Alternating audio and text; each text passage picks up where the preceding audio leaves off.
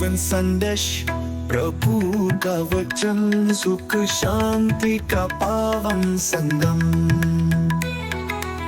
हर रविवार नए विचार, मंगल का संदेश है तैयार।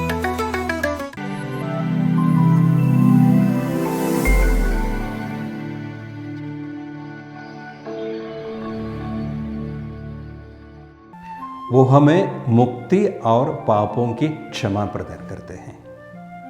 यही आश्वासन सुसमाचार में भी हम पाते हैं, क्योंकि आज के सुसमाचार संत लूकस के सुसमाचार से दो डाकुओं की कहानी है जो यीशु के अगल बगल में टंगे हुए थे।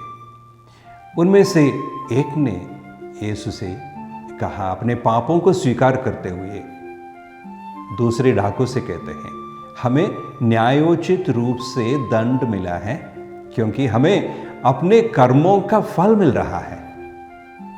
तब उसने यीशु की ओर मुड़कर कहा, हे यीशु, जब तू अपने राज्य में आओगे तो मुझे स्मरण करना।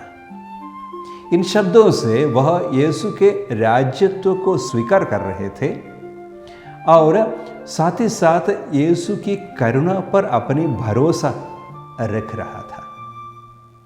तब यीशु ने उनसे कहा, मैं तुमसे सच कहता हूं, आज तुम मेरे साथ स्वर्गलोक में रहोगे। प्यारे भाइयों और बहनों, संसार हमें अनेक जंजीरों से बांधने की कोशिश करता है।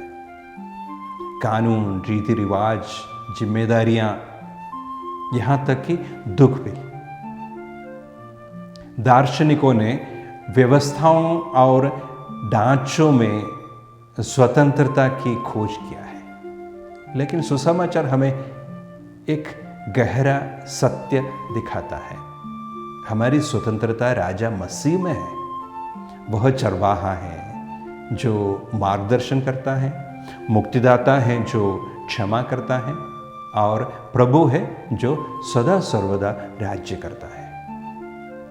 जब हम उसके राज्यत्व के अधीन हो जाते हैं तो हमारी जंजीरें अपनी शक्ति खो देती हैं, पाप टूट जाता है, भय भाग जाता है और आनंद पुनः स्थापित हो जाता है। अच्छे चरवाहे की तरह हमें बस उनकी ओर मुड़ने और यह कहने की जरूरत है, यीशु, जब तू अपने राज्य में आओगे तो मुझे याद रखना।